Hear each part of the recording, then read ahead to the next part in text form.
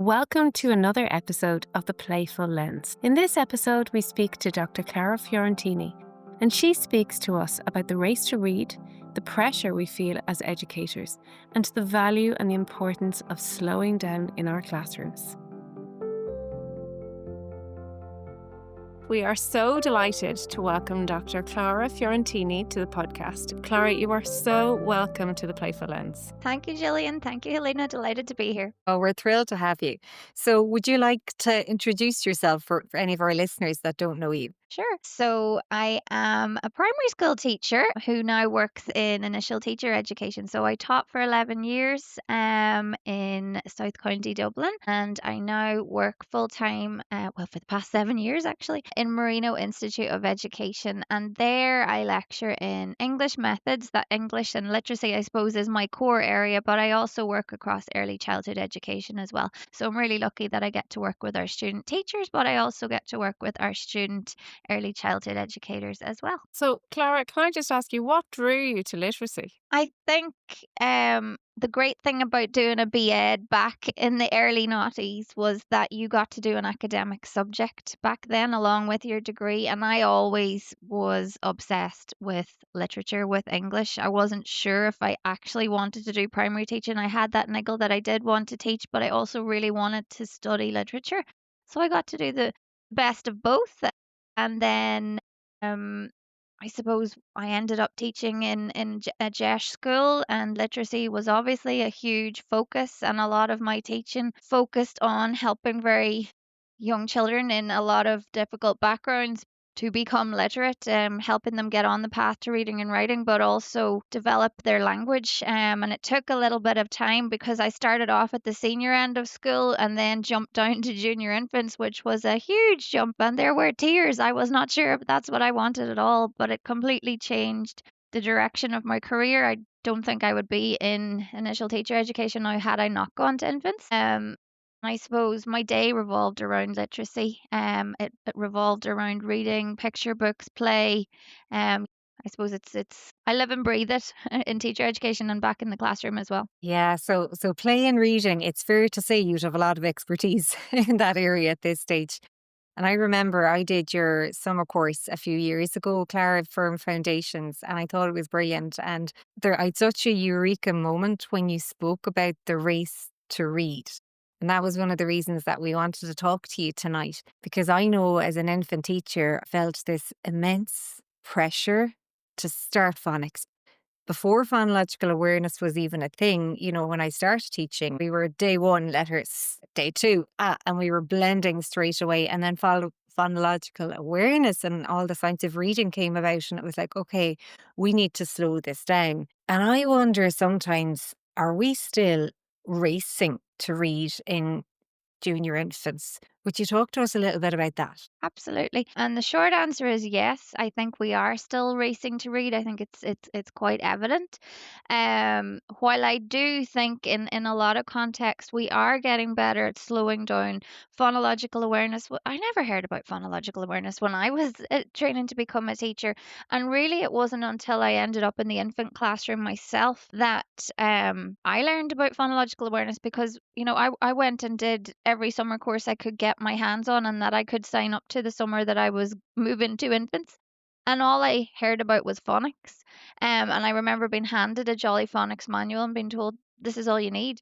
And I thought that was kind of strange, but I went with it obviously for the first year. But the children I was working with, I figured, it wasn't long before I realized we're not ready for phonics. There's lots of other things that need to come in here first. At that time as well, there was the introduction of the Astor framework, and play was becoming a big topic of conversation, and play was something that we were looking at bringing into the infant classes in our school as well. But I used to find it very hard when we were trying to organize play with I had to move it to different times of the day all the time because parents weren't rushing to bring the children to school in the morning because it was just play.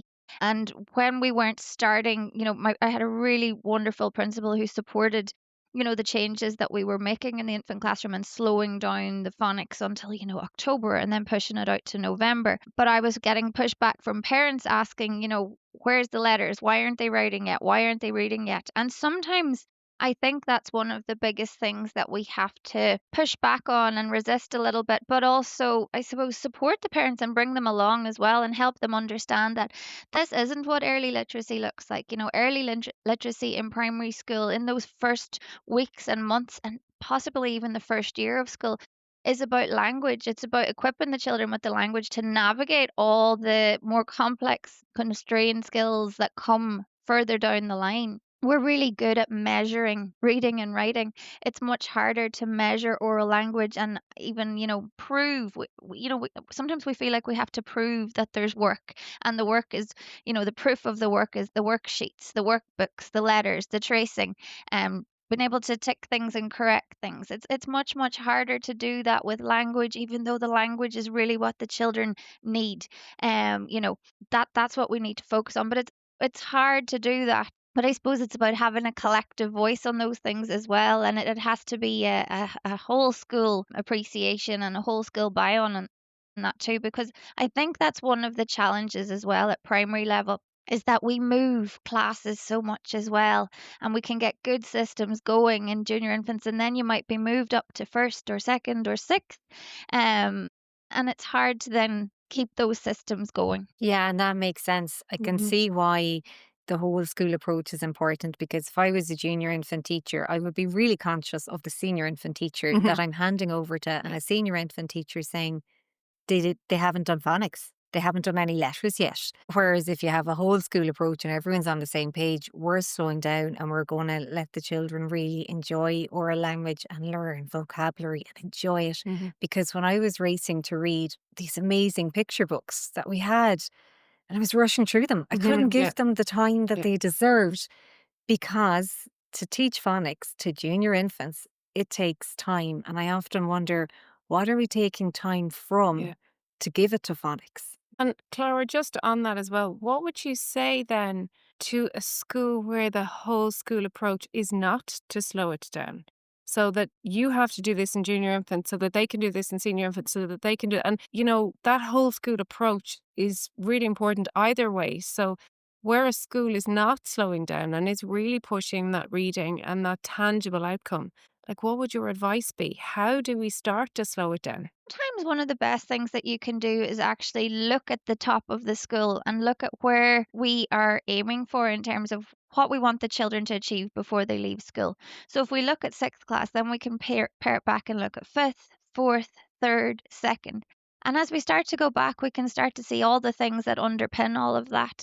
And ultimately, it all goes back to language. And, when we start to see some of the challenges and difficulties that come up around phonics and around, reading, sticking, and so on, when we pair it back, it goes back to different levels of language. It goes back to the phonological awareness and so on. And really, I suppose if we want, it to be a whole school thing, we've got to learn together, we've got to train together, we've got to look at, and link up with schools that maybe have slowed things down and see where the benefits are, see where the learning is.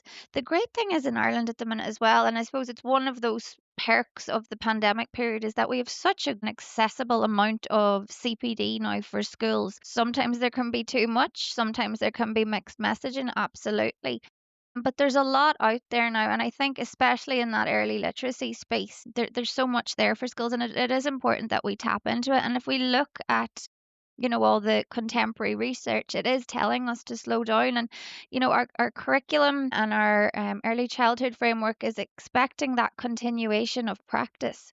And, the formal rushing to reading and writing and phonics and so on, that isn't what's expected in our preschool years. We're meant to be kind of trying to continue the types of practices that are happening there, and that's a lot more play, a lot more slow pedagogy, and they don't just grow out of that, as soon as they hit junior infants.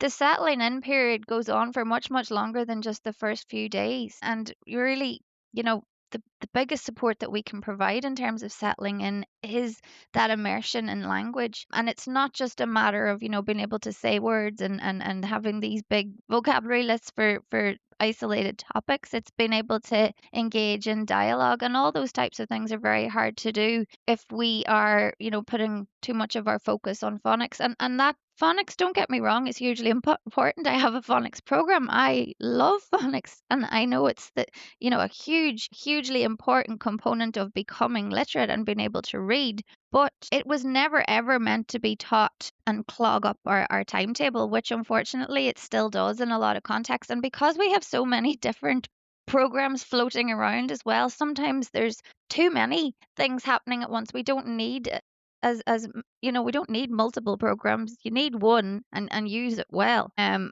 use it to suit your context. But phonics is always meant to be short and explicit. And then we can, contextualize those phonics skills across the day through all the other lovely things that are happening. But still we see and we can see that a lot, through working with our student teachers going out to schools and so on, is that they find it very hard to fit in other things because there's still that, phonics still has that big dominant place on a lot of timetables, which is funny because really there was so little mention of phonics in the 1999 curriculum. But we tend to look across the pond sometimes to what's happening in the UK, and there was a huge surge in phonics over there. So that's probably, well, that is kind of where that came from. And it makes sense because I know when I started using Jolly Phonics, it was brilliant. Do you know, we were blending and segmenting and doing all that straight away, and the children were learning to read really quickly. And I wonder sometimes, is it personal? Like for me as the teacher, I was very proud of the standard of reading. Yeah. I felt, you're a good teacher if they're reading early, and you're a good teacher if they're writing early. And I liked that. I felt that impacted my credibility and my worth as a teacher. And maybe I felt that parents would consider me a good teacher, or other staff members would consider me a good teacher.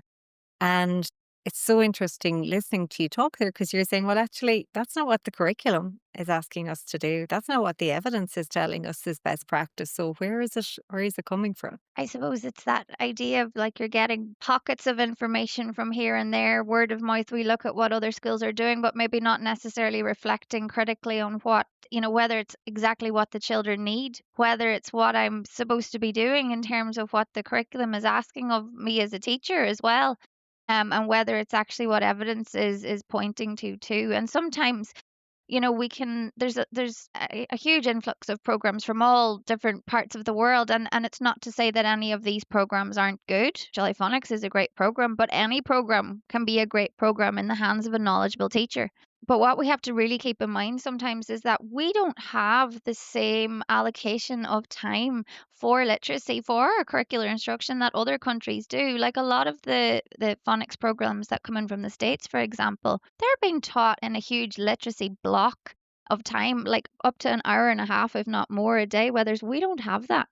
And that can clog up an awful lot of our instructional time. It's to our stress as well, Yes, doesn't it then? absolutely. Because we're under pressure to get other stuff covered. Yeah. But we've had the pressure to complete the program, which needs the time. So But I think we definitely need a cultural shift, don't we? Among parents, teachers, educators, school leaders, we need to look at what makes a good teacher. As you say, what skills do the children need? So our younger children, our young learners, they need to be proficient in dialogue and conversational skills and social skills before they can start to read and understand texts and understand meaning. So I suppose we are looking at that cultural shift, aren't we? Like we've said this before about, and you just said it there, and you're not the first person to say it on this podcast, Clara, about people not bringing their children to school because they're just playing, and that value on play.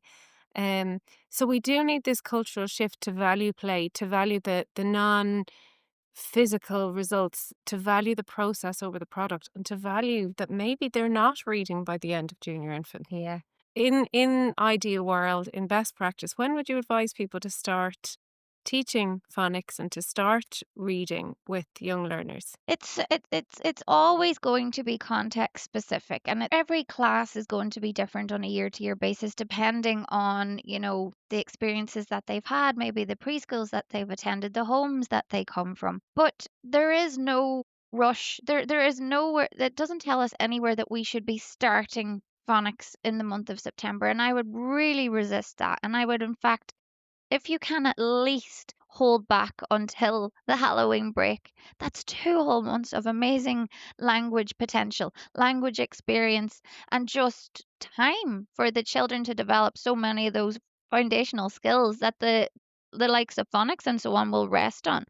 But a lot of schools now hold out to January, which is incredible, which means they have 1, 2, 3, 4 months time for play, of building the fine motor and the gross motor skills that they need, of developing, even just their concentration, and just things that help them further down the line. And I think we really have to sometimes look at what our own research is telling us. Look at the voices in our educational research circles are telling us. Like the likes of Geraldine French has been harping on for years, and harping in the best possible way, about the importance of recognizing that literacy isn't rooted in letters and words initially. It's in communication and language. Childhood isn't a race, but childhood is getting smaller and smaller and smaller from so many other things that are going on. We have such a wonderful pocket of time in junior infants to help the children stay children, and give them the chance to be, and to look at them in the immediate now, instead of seeing them just as, you know, a little cohort of beings that, have to be at a certain place along the literacy continuum by September, October, November, December, and, we're flying into more complex things then after Christmas, and we're going to have all 44 phonemes covered, and everything in the Jolly Phonics catalogue done by June. That's not how it works. Doesn't even make sense. Sure, it doesn't. Listen to you there, my head is spinning with so much to Yeah. cover. And I feel like, if I was to go back to talk to my new junior infant parents at the beginning of the year, it probably takes such courage, doesn't it, to say, my goal isn't that your child is going to be reading by the end of the year. My goal is that your child will love reading and enjoy books and be curious about them. And we're going to enjoy language, and we're going to build up our fine motor skills. They're going to be really good at communication with each other and have the confidence and self-esteem to do that.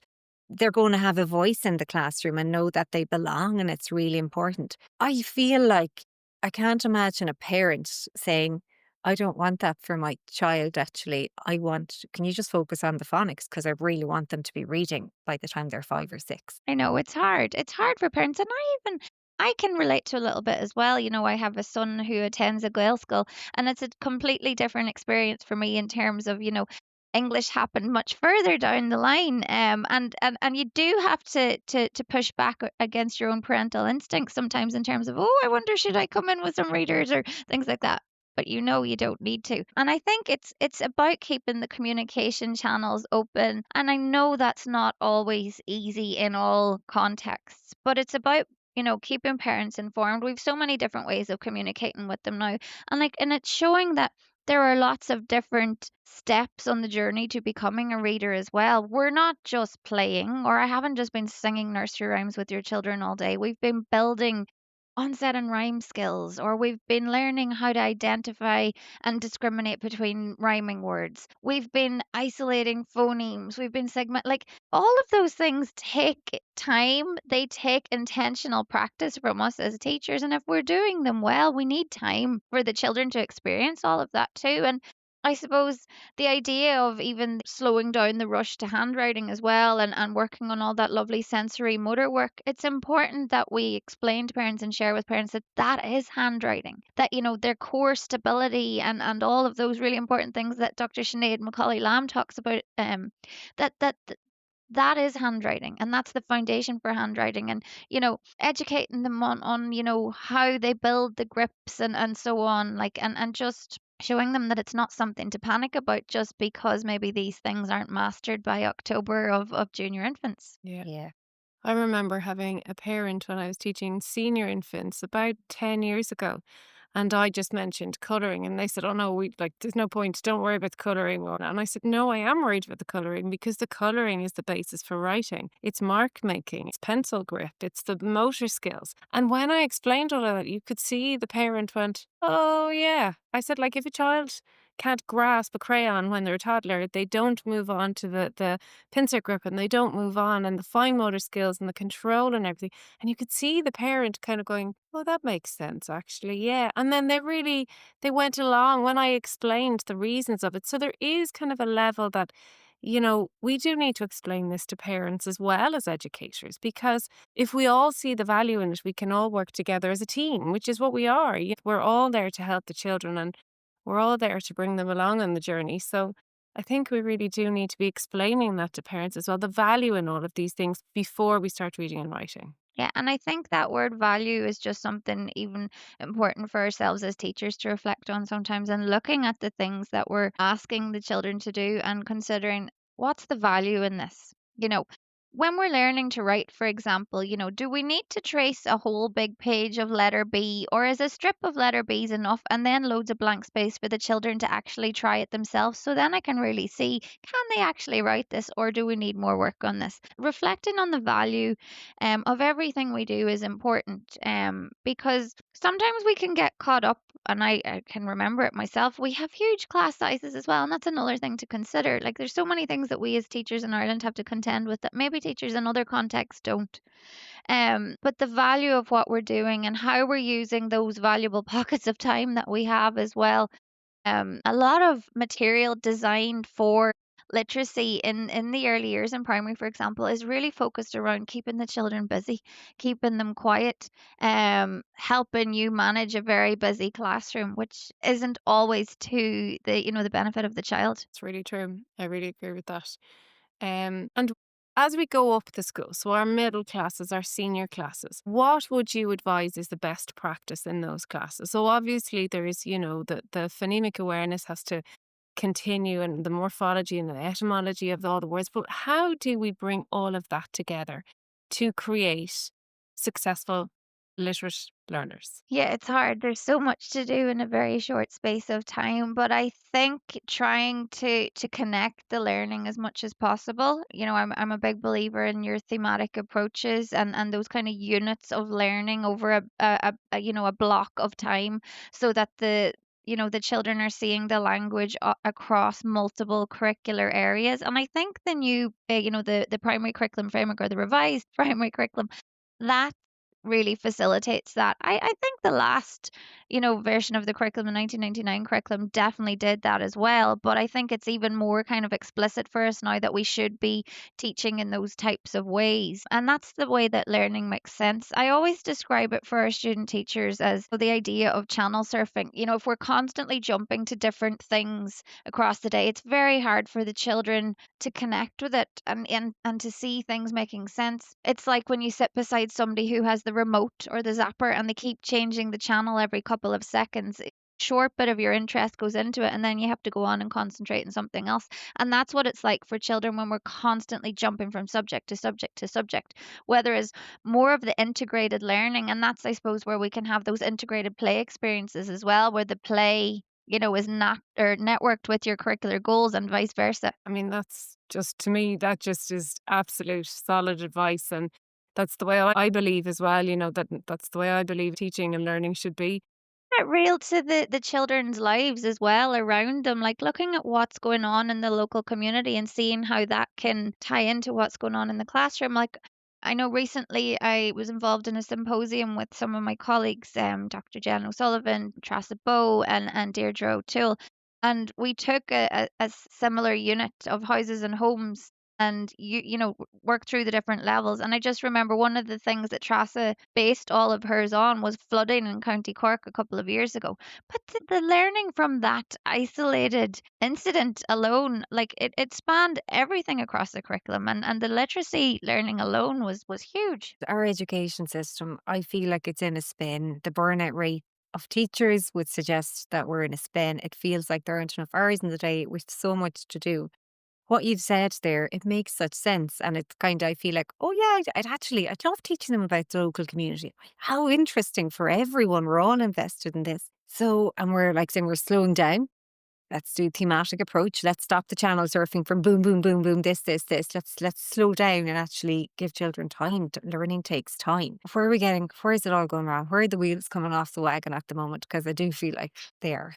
I think we're really guilty of initiative overload in Ireland, and we're trying to keep up with the trends. There's something new to do all the time, and sometimes I think we just have to step back and get better at saying, no, this is what we're working on. This is our focus.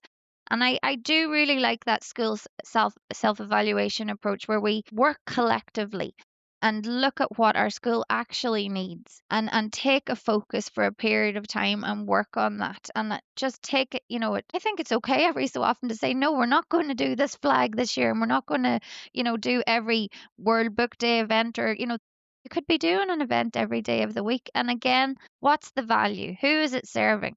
It's a bit like, Teresa Kremen talks about the window dressing kind of displays, or the window dressing once off events that you do in the school for, book day or whatever it is. Who does it serve? We put ourselves under such pressure for a lot of these things, and really there's not that much the children are taking for it at the end of the day, when we'd be better just looking at our practice, focusing on something that we're going to improve over a period of time, setting our targets, setting, how are we going to achieve these things? And what'll our outcomes be? And then measuring them and seeing where they're successful and how we could tweak it.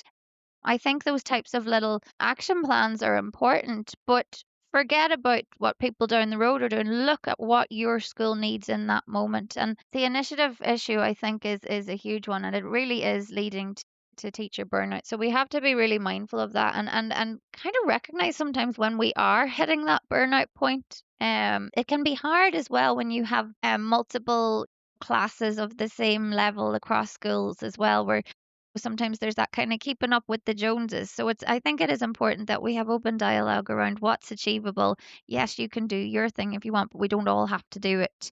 Yeah, it's a juggle, but it's definitely something that we have to be really mindful of, and it's something that really warrants a conversation at higher levels as well, in terms of looking at the state of things for the teachers on the ground, who are actually the ones bearing the brunt of all the things that have to be done. Yeah, it just all feels too much sometimes. But I think one of the key messages of this podcast is slow down. Slow down. Yeah, Yeah. so yeah. I think what you just said there about keeping up with the Joneses makes so much sense. I'm in a school where we have three streams of each, three classes of each stream. And there is that sometimes, oh gosh, Helena next door has such and such done and I haven't even started. Or, God, look at the display they put out. I better get that work done. So who are we doing it for? Are we doing it to keep up with our colleagues, or are we doing it for the needs of the class? And then I've also spoken to teachers who are in a single class of each stream, and they're like, oh gosh, it's so lovely. You've got colleagues. I feel like on my own. So I think there are pros and cons to both out there. But I think sometimes we just need to close our door and look at the people in front of us and go, what is it that they need? And as you say, what is the value in what I'm doing for them?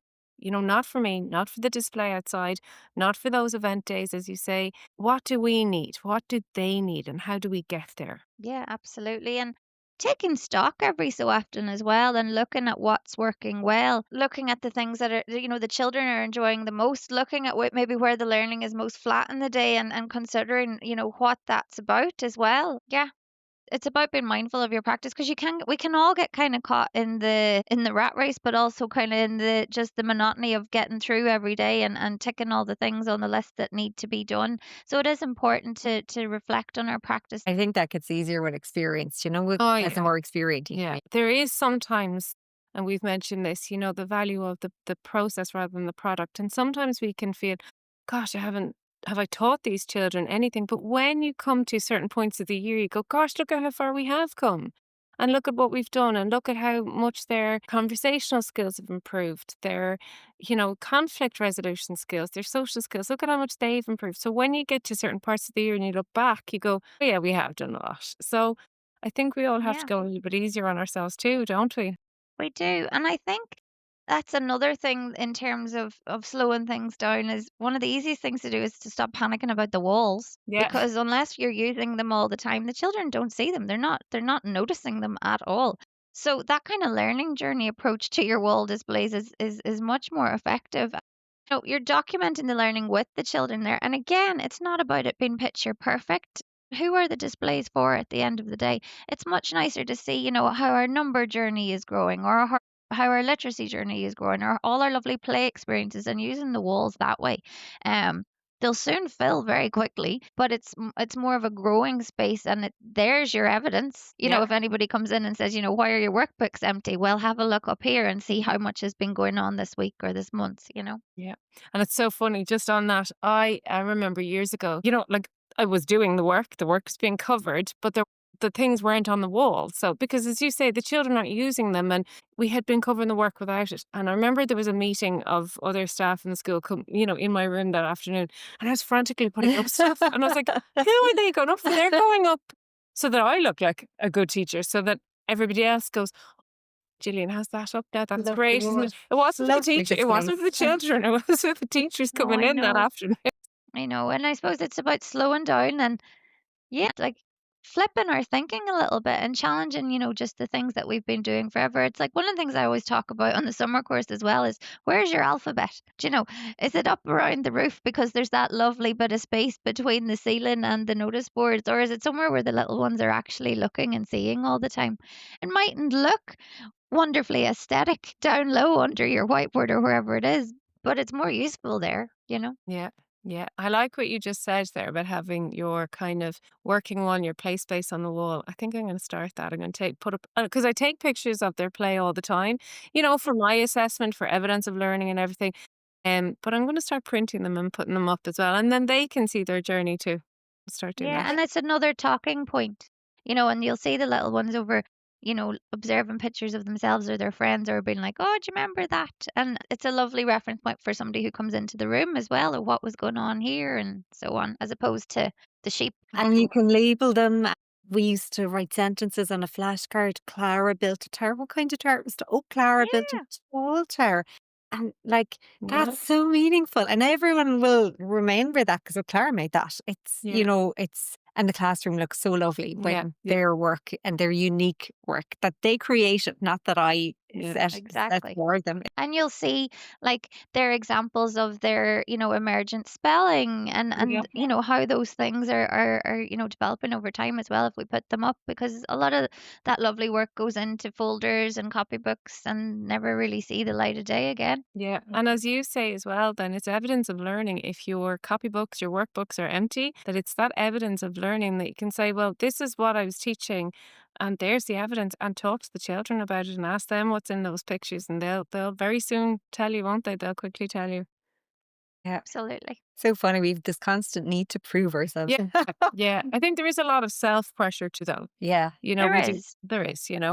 But because I think it's partly as well because a lot of us teachers are very similar, in terms of probably how we performed at school and that kind of sense of tell me I'm great, tell me this is right, tell me I'm doing the right thing. And you kind of are nearly, yeah, you're nearly still looking for that validation, whether it's self-validation or, validation from your principal or your colleagues or your parents, being like, oh, look at that, that's brilliant, you're doing great work. But it's about, flipping our thinking a little bit sometimes and you know, being a little bit more open-minded to what the evidence looks like and what proof of work looks like as well. Yeah. Yeah. I think this episode is going to be brilliant in terms of reassuring teachers and parents and school leaders that slowing down is actually the right thing to do and being aware of some of the things, the habits maybe that Yeah, we want and just catching them. It's like, oh, that's not going to help me. yeah. And I suppose it's important to be, to slow down with intention. Yes. That we're not just slowing down and letting the kids just go wild and play for 3 months or whatever amount of time that is that they just come in and have a free for all, that it's slowing down, but I'm being very intentional with what Yes. I'm doing. And it's very planned for me in terms of, language focus or, a certain types of play that we want to really work on or certain physical skills or whatever it is. That we're using our knowledge as educators, but also knowledge of the children to make the right decisions for them and looking at the children in the immediate now as opposed to where I need to get them or where they should be.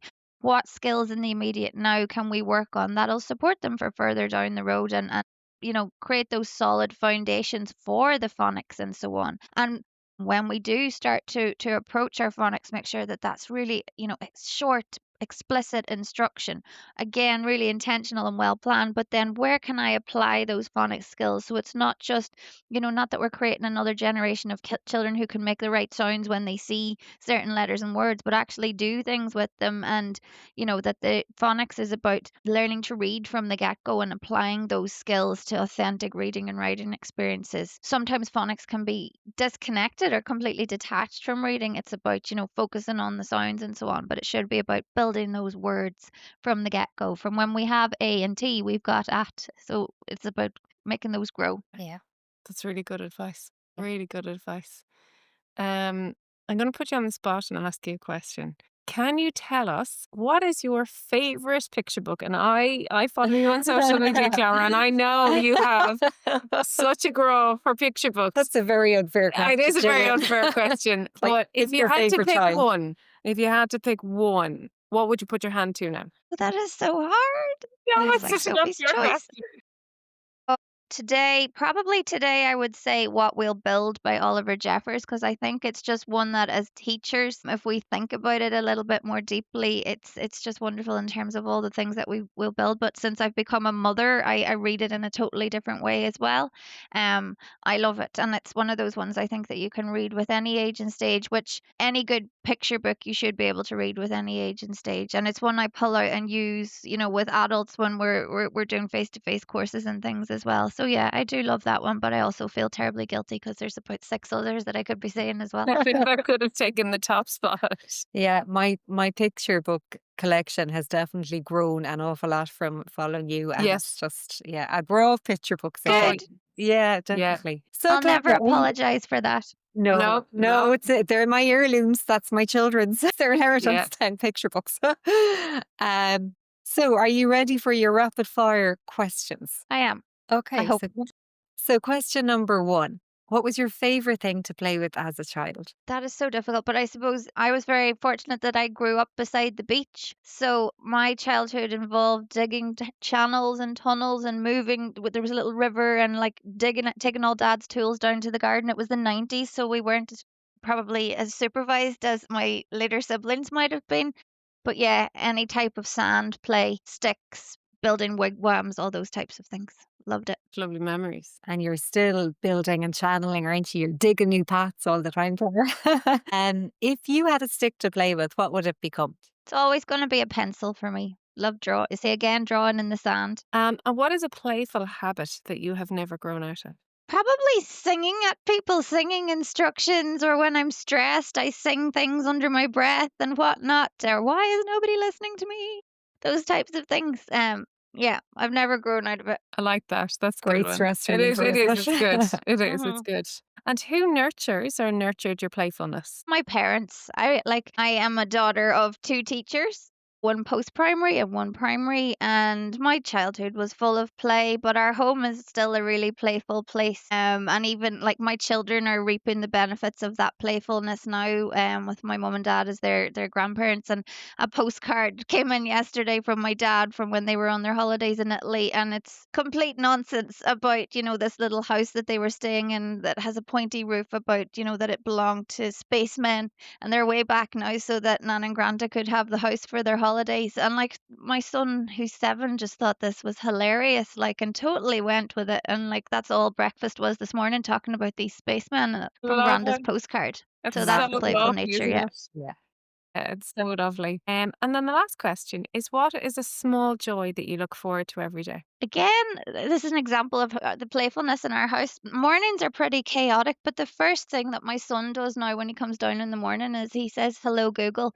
And Google gives us a joke every morning. So Oh, we that's a start good the day one. with a joke. Yeah. So it's Oh, I very must good. do So that. it's a great way. Yeah, it's a great way to get him out of bed in the morning because he literally flies down the stairs to hear what the joke of the day is. It's a great one. Yeah, I'm going to bring that into our house. I have a 7-year-old son too, and actually, we spent yesterday evening telling knock jokes at the dinner table. And then the 2-year-old was kind of trying to join in, but obviously didn't get it. And it was lovely to bring him along with us. But I'm going to use that as well, the morning joke. I like that. Yeah. Yeah, it's good fun. That's really good. Clara, thank you so much for taking the time to speak to us. We have really enjoyed talking to you. You're absolutely just, a ray of positivity and a ray of inspiration. Thank you so Yeah, much. it's an absolute privilege, Clara. Thank you so much. Thanks, ladies. I really, really enjoyed that. We hope you enjoyed that episode of The Playful Lens as much as we did. Thanks once again to Dr. Clara for giving so generously of her time and knowledge. If you did enjoy this episode, please like and subscribe, and don't forget to share it with your friends and colleagues.